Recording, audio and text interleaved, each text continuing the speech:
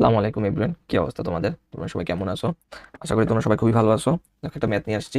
একটা সূচক এবং লগারিদমের ম্যাথ, এবং খুবই ইন্টারেস্টিং একটা ম্যাথ। অনেক কম্পিটিটিভ পরীক্ষায় এই কোশ্চেনটা অনেকবার আসছে।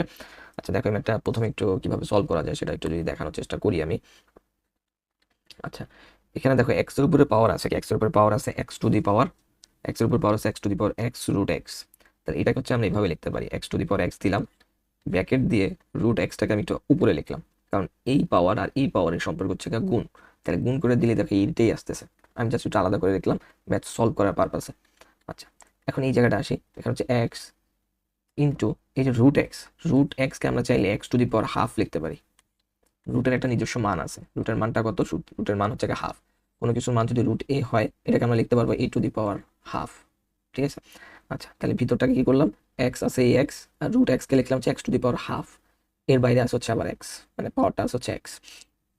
আচ্ছা, এখন এই পাশে যা আছে তাই লিখবো, এটা নিয়ে কোনো অসুবিধা নাই। ইকুয়াল, এখানে দেখো একটা ওয়ান আছে, তাহলে সূচকের নিয়ম অনুযায়ী ওয়ান আর হাফের সম্পর্ক কি হবে? যোগ হবে, গুণ আকারে আছে বেস। তাহলে x to the power one plus one by two. ঠিক আছে। আচ্ছা, এরপরে x to the power x, এই পাশে আমি কোনো কিছু চেঞ্জ করলাম না, রুট এক্স। এই যে one plus one by two, এটাকে যদি যোগ করে দিই তাহলে কত হয় জানো? Two, three by two. তাহলে x to the power three by two আর হচ্ছে এক্স। এতটুকু বুঝে গেছে? আচ্ছা, আমি এটা একটু মুছে মুছে দিই, স্যার সলভ করবো তো। আচ্ছা, এই পরের লাইনটা এখান থেকে শুরু করতেছি। X to the power x, এখানে ছিল রুট এক্স, ইকুয়াল। দেখো এই দুইটা সম্পর্ক কি? থ্রি বাই টু আর এক্স এর সম্পর্ক হচ্ছে গুণ। তাহলে আমি এক্সটাকে ভিতরে দিই, থ্রি বাই টুটাকে বাইরে দিই, এখনো কি সম্পর্ক তো গুণই।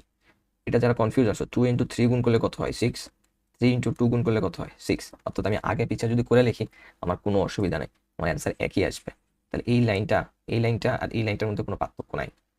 আচ্ছা, এর ফলে আমার সুবিধাটা হলো কি, দেখো বেস এই যে x to the power x, এই x to the power x same হয়ে গেছে। তাহলে এটাকে আমরা উভয় পাশ থেকে তুলে দিতে পারি আর কি, সমীকরণ নিয়ম অনুযায়ী। তাহলে পাওয়ার যেটা থাকবে, পাওয়ার থাকবে হচ্ছে রুট এক্স, এখানে থাকবে থ্রি বাই টু।